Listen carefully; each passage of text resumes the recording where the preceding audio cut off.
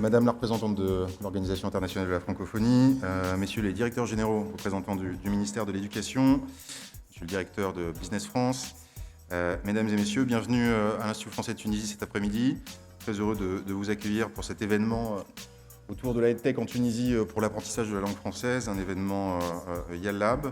Cet événement est important pour nous parce qu'il croise différentes priorités du service de coopération de l'ambassade de France et de l'Institut français de Tunisie, la priorité accordée à l'éducation, aux actions de coopération qu'on peut mener dans ce domaine, la priorité donnée aussi à l'enseignement de la langue française, et une autre priorité particulièrement importante qui nous rassemble aussi cet après-midi, celle accordée à l'innovation au numérique, et ce qu'on appelle aujourd'hui la tech, et en particulier la EdTech.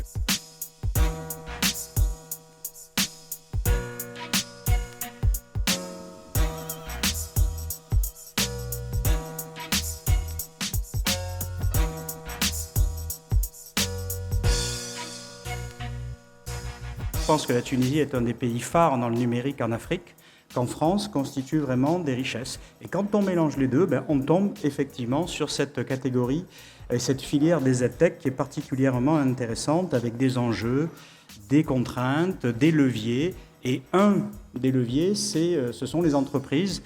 Et Business France, nous, notre métier, en fait, c'est de connecter les entreprises françaises avec des entreprises étrangères, de faire naître des projets, de créer de la valeur.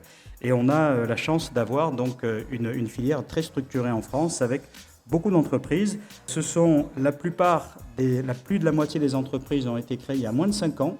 Donc on est encore sur des startups, on est encore dans de l'innovation. C'est un secteur qui évolue en permanence, qui est très agile, qui est très riche et qui a levé 438 millions d'euros en 2021. Ce qui veut dire que les gens ont confiance dans ces entreprises pour imaginer des solutions, pour porter le savoir, pour porter la montée en compétences vis-à-vis des populations.